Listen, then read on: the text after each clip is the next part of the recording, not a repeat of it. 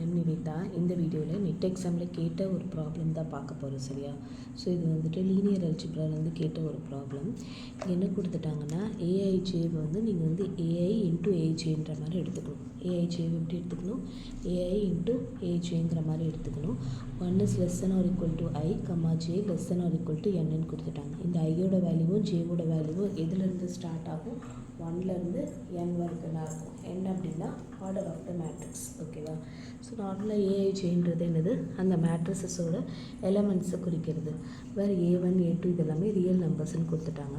Let A is equal to A I J be the அந்த matrix A I J அப்படின்றது be n cross n matrix அப்படின்னு கொடுத்துட்டாங்க. Then இவ்வளோ இதுதான் கொடுத்துருக்காங்க. அப்போ என்ன சொல்கிறாங்க? Then it is possible to choose. இந்த மாதிரி A1 A2எல்லாம் நம்ம சூஸ் பண்ணும்போது நமக்கு A வந்து நான் சிங்குலராக கிடைக்குமா அப்படின்னு கேட்டிருக்காங்க. மேட்ரிக்ஸ் A வந்து பாசிட்டிவ் டெஃபினேட்டாக, இஃப் இதெல்லாமே நான் ஜீரோ வெக்டராக இருக்கும்போது இது பாசிட்டிவ் டெஃபினேட்டாக இருக்குமா, அல்லது பாசிட்டிவ் செமி டெஃபினேட்டாக இருக்குமா, அல்லது ஜீரோவாக இருக்குமா, அதாவது இது எல்லாமே வந்து ஜீரோ வந்து ஒரு ஐகன் வேல்யூவாக இருக்குமா அப்படிலாம் கேட்டிருக்காங்க, ஓகேவா? ஸோ நம்ம ஃபஸ்ட்டு என்ன எழுதிக்கலாம்னா, கொஸ்டினில் கொடுத்த அந்த ஒரு லைனை எழுதியிருக்காங்க. எழுதிட்டு நான் என்ன பண்ணுறேன்னா, ஏஐயோட வேல்யூ வந்துட்டு நான் 1ன்னு சூஸ் பண்ணிக்கிறேன், ஓகேவா? லைக் நம்மளா சூஸ் பண்ணுறது தானே.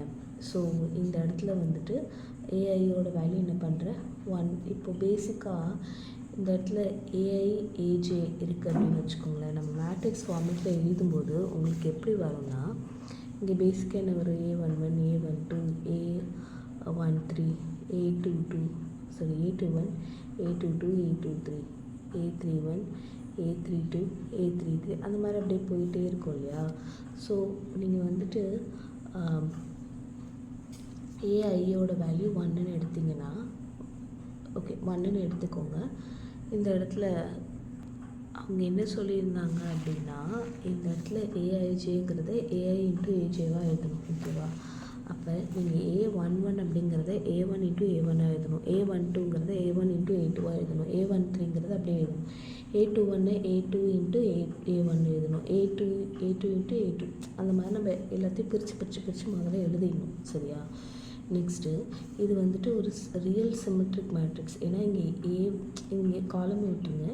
1 2ன்னு இருக்கிறது இங்கே 2 1ன்னு இருக்குது, கரெக்டாக?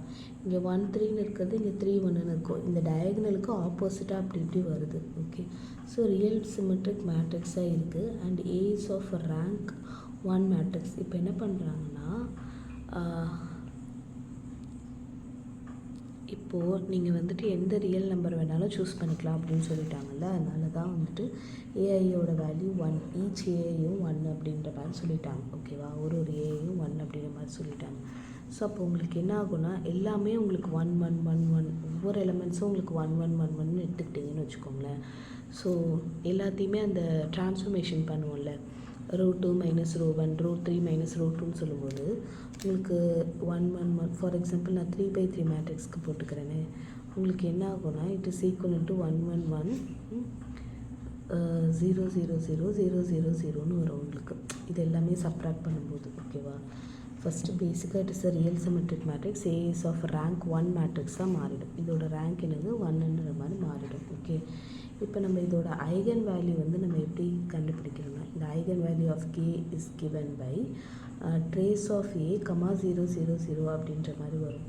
ஸோ பேசிக்காக n-1 டைம்ஸ்னால், இப்போ வந்துட்டு நம்ம வந்து இப்படி இருக்கிற மேட்ரிக்ஸ்க்கு நம்ம வந்துட்டு எப்படி வந்து ஐகன் வேல்யூ எடுக்கலாம் அப்படின்னு பார்த்தீங்கன்னா, உங்களுக்கு ட்ரேஸ் ஆஃப் A ஃபஸ்ட்டு வந்துட்டு இந்த வேல்யூஸ் இருக்கு இல்லையா, இந்த வேல்யூஸ்க்கு நம்ம ட்ரேஸ் கண்டுபிடிக்கலாம். அது வந்துட்டு ஒன் ஆஃப் த ஐகன் வேல்யூவாக இருக்கும். இன்னொன்று என்னென்னா, இந்த டயக்னல் எலமெண்ட்ஸ் எல்லாமே இப்போ பாருங்கள், டயக்னல் எலமெண்ட்ஸ் வந்து n-1 டைம்ஸ்ன்னு கொடுத்துருக்காங்க, ஓகே? ஸோ நமக்கு பேசிக்காக இந்த இடத்துல வந்து ட்ரையாங்குலர் மேட்ரிக்ஸ் கிடச்சிரும், ஓகே? அப்பர் ட்ரையாங்குலர் மேட்ரிக்ஸ் கிடச்சிட்டதுனால நம்ம என்ன பண்ணுவோன்னா, இந்த டயக்னல் எலமெண்ட்ஸை தான் நம்ம ஐகன் வேல்யூஸாக எடுத்துப்போம், ஓகே? ஸோ அப்போ ஃபஸ்ட்டு அந்த ட்ரேஸ் ஆஃப் A எடுத்துக்கணும். அதுக்கப்புறமேட்டு 0 0 0 0 அப் டு n-1 டேர்ம்ஸ், ஓகேவா? இந்த எல்லா ஜீரோவும் எடுத்துக்கணும். சரி, ட்ரேஸ் ஆஃப் ஏன்னா என்ன அர்த்தம்? இந்த இடத்துல இதை ட்ரேஸ்னால் என்னது? இந்த டயக்னல் எலிமெண்ட்ஸை ஆட் பண்ணுறதுன்னு அர்த்தம். a1 into a1 square plus a2 square plus up to an ஸ்கொயர்னு வரும். இந்த 0,0,0ன்னு வந்திருக்கும். a1 square a2 square an square எல்லாமே வந்து கிரேட்டர் ஆர் ஈக்குவல் டு 0வா? மைனஸில் வேல்யூ இருந்தாலும் அது என்னவாக மாறிடும்? ப்ளஸ்ஸாக மாறிடும். So greater or equal to 0வா? அப்போ matrix A is of rank 1. ஏன்னா இப்போ ஏற்கனவே வந்துட்டு இந்த மேட்ரிக்ஸ் ஆஃப் ஏ ரேங்க் என்னன்னு சொல்லியிருந்தோம்? 1ன்னு சொல்லியிருந்தோம் இல்லையா? அப்போ A is a singular matrix for choice. So இது வந்துட்டு உங்களுக்கு இங்கே என்ன கொடுத்துருந்தாங்கன்னா ஏ சிங்குலர் மேட்ரிக்ஸ்னு வரும். ஏன்னா இப்போ நீங்கள் இதுக்கு டிட்டர்மெண்ட் கண்டுபிடிச்சிங்கன்னு வைங்களேன், எல்லா ரோவுமே வந்து இந்த ஒரு ரோவை தவிர எல்லா ரோவுமே 0வாக இருக்குது. ஓகேவா? ஒரு ரோ 0வாக இருந்தாலே எனக்கு டிட்டர்மெண்ட் வந்து 0ன்னு ஆயிடும். அப்போ இது என்னவாகுது? எனக்கு ஒரு சிங்குலர் மேட்ரிக்ஸாக இருக்குது. ஃபார் ஆல் சாய்ஸ், எல்லா சாய்ஸ் ஆஃப் A1 A2க்குமே உங்களுக்கு வந்து இது என்னவாக தான் இருக்குது? சிங்குலர் மேட்ரிக்ஸாக தான் இருக்குது. நான் சொல்கிறது புரியுதா உங்களுக்கு? இங்கே என்ன சொல்ல வராங்கன்னா, இது நம்ம சூஸ் பண்ணுறதுல ஏதாவது ஒன்று நான் சிங்குலராக இருக்குமா அப்படின்னு மாதிரி கேட்டிருக்காங்க. ஓகேவா? டிட்டர்மெண்ட் நாட் ஈக்குவல் டு 0வாக இருக்குமான்னு கேட்டிருக்காங்க. நம்ம என்ன பண்ணுறோம்? அந்த கொடுத்துருக்கிற கண்டிஷன் படி இப்படி எடுத்துட்டோம். ரியல் சிமெட்ரிக் மேட்ரிக்ஸாக இருக்குது. எல்லாத்துக்கும் 1 1 1 போடும்போது அதோட ரேங்க் வந்து நமக்கு 1 தான் வருது. ஓகேவா? ரேங்க் வந்து 1 தான் வருது. இப்போ இந்த ஐகன் வேல்யூ எடுக்கும்போது ட்ரேஸ் ஆஃப் ஏ ப்ளஸ் 0,0,0 அப்படியே போயிட்டே இருக்கும். ஸோ ட்ரேஸ் ஆஃப் ஏன்னா இந்த மாதிரி வரும். இது கண்டிப்பாக பாசிட்டிவ் வேல்யூ தான். சரி, அதெல்லாம் பிரச்சனையே கிடையாது. இந்த மேட்ரிக்ஸ் வந்து ரேங்க் 1 தான் இருக்குது. ஓகே, ரேங்க் 1ன்னு சொல்லும்போது மற்ற எல்லா ரோவும் 0ன்னு ஆயிருக்கும்ல, மற்ற எல்லா ரோவும் 0ன்னு ஆயிருக்கும்ல. அப்போ நம்ம என்னன்னு சொல்லலாம்? அது வந்துட்டு சிங்குலர் மேட்ரிக்ஸ் அப்படின்னு சொல்லலாம். ஓகே, இந்த டிட்டர்மெண்ட் ஆஃப் ஏ வந்துட்டு ஈக்குவல் டு 0ன்றதுனால சிங்குலர் மேட்ரிக்ஸ் சொல்லலாம். அதனால் ஏ ஆப்ஷன் இன்கரெக்டுன்னு வரும். சரியா?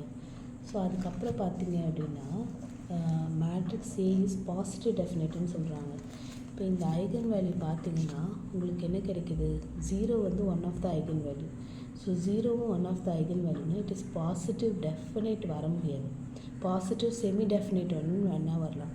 ஸோ பாசிட்டிவ் டெஃபினேட்டுன்னு வந்ததுனால இட் இஸ் இன்கரெக்டுன்னு வரும். ஓகேவா? நெக்ஸ்ட்டு பார்த்தீங்கன்னா இந்த matrix A is positive semi definite அப்படின்னு கொடுத்துட்டாங்க. ஸோ செமி டெஃபினேட் வரலாம். ஏன்னா வந்துட்டு உங்களுக்கு என்னது, இந்த ஒரு ஐகன் வேல்யூ எல்லாமே இன் டேர்ம்ஸ் ஆஃப் ஸ்கொயரில் இருக்குது. ஸோ கண்டிப்பாக greater than or equal to 0வாக இருக்கும். இது எல்லாமே 0வாக இருக்குது. ஸோ அதனால் வந்துட்டு பாசிட்டிவ் செமி டெஃபினேட்டாக இருக்கிறதுக்கு சான்ஸ் இருக்குது. Matrix A is symmetric and all the eigen values are non negative. So positive semi டெஃபினேட்கான பாசிபிலிட்டிஸ் இருக்குது. நெக்ஸ்ட்டு பார்த்தீங்கன்னா for all A1 A2 up to AN 0 is an eigen value of ஏன்னா ஆமாம், இங்கே 0ன்றது வந்துருந்தது இல்லையா ஐகன் வேல்யூ ஆஃப் ஏங்கிறது. ஸோ 0ங்கிறது ஐகன் வேல்யூ ஆஃப் ஏ, அதுவும் பாசிபிலிட்டிஸ் இருக்குது. இது ரெண்டும் பாசிபிலிட்டிஸ் கிடையாது. ஓகே, தேங்க்யூ ஃபார் வாட்சிங். இந்த வீடியோ உங்களுக்கு பிடிச்சிருந்தா லைக் பண்ணுங்கள், ஷேர் பண்ணுங்கள், subscribe to my channel. Thank you.